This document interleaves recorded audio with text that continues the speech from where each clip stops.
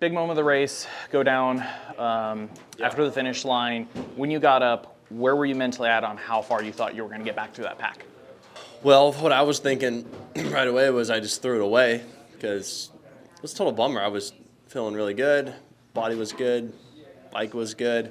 And then just kind of just made a lazy mistake. My weight was in the back seat of the bike, and I just lost the front end up the ramp because I had a big rut up the ramp. And then was lucky to not really get hit by anyone coming over that thing because I couldn't tell if I was like in a blind spot or not. I tried to kind of hang to the left, and then when I did get up though, the front of the race wasn't that far away. I honestly couldn't believe it. I think, at least from the fan side, I'm sure you heard the crowd all night. There was a lot going on. Early in the race, did you, like, Kenny was all over you. He was making for a big push. He had a lot of big moments behind you, though, trying to kind of stay in that battle. Could you feel that energy? I felt it. I felt the pressure from Kenny early, yep.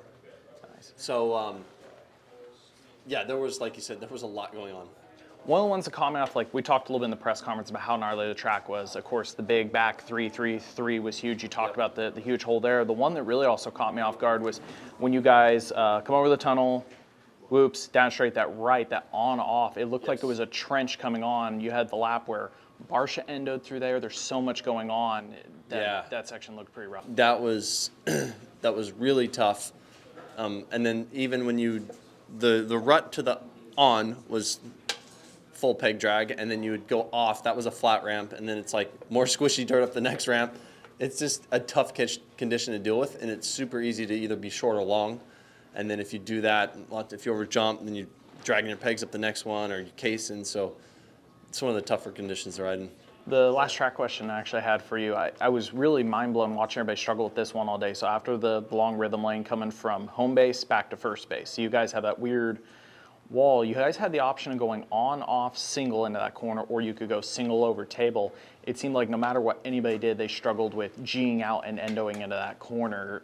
What was your preferred line? Because I was watching guys that could not figure out either way. So in time qualifying, I needed to do that to be faster. It was a faster line to go over. Yep.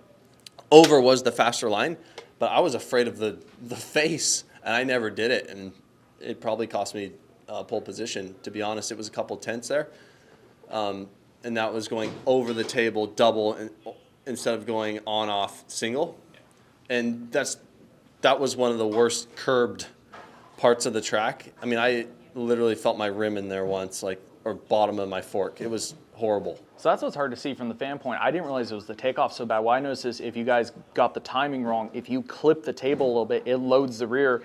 You're basically landing into the face of the double, then loading the rear, and then it blows through, and then you... That's what, if you over jump or case, and then you get loaded into that next ramp, it was a disaster. You would just smack the bars and fork, and it was bad. And then don't get me started on the square edge hold and the triple right after that. Yes, and there was a full curb up the triple too.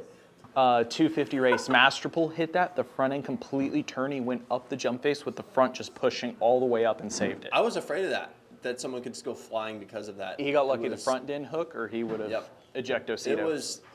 That condition's one of the scariest is when it's that beat up, but you can still get around the track. Yeah.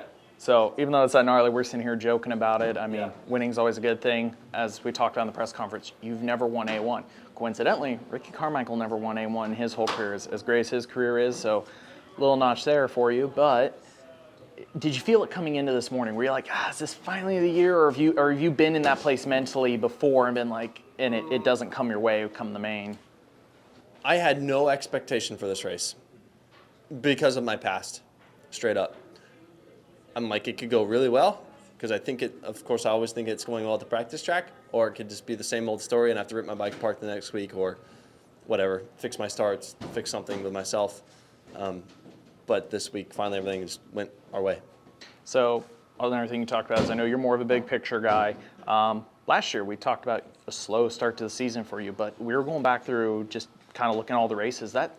That slow but consistent start you had at the beginning of last season is kind of what put you in the championship hunt, like shockingly, because some of your biggest competitors had a lot of hit or miss the early rounds when we were all talking about, oh, Eli's got this slow start. That was actually key for you, having those consistent rounds early in the year. So, I mean... Yeah.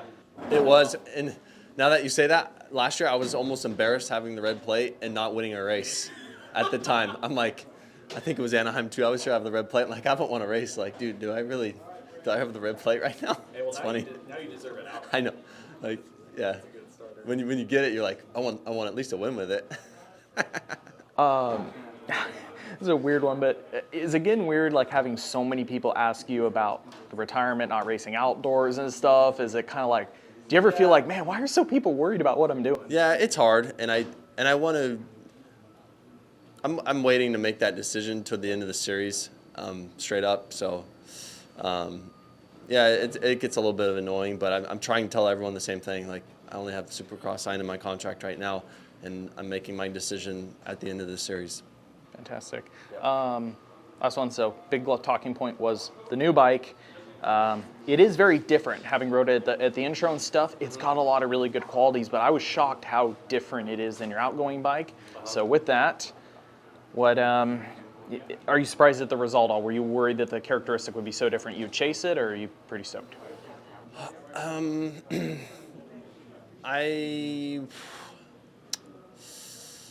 was a little bit nervous just because new platform, but at the same time, it has a lot of great things to it, and it worked. It worked. Like the things that I thought would be really positive ended up being really positive in the race condition, and that was it. Being light, change of direction was amazing. The way the power delivery was really nice around the track. So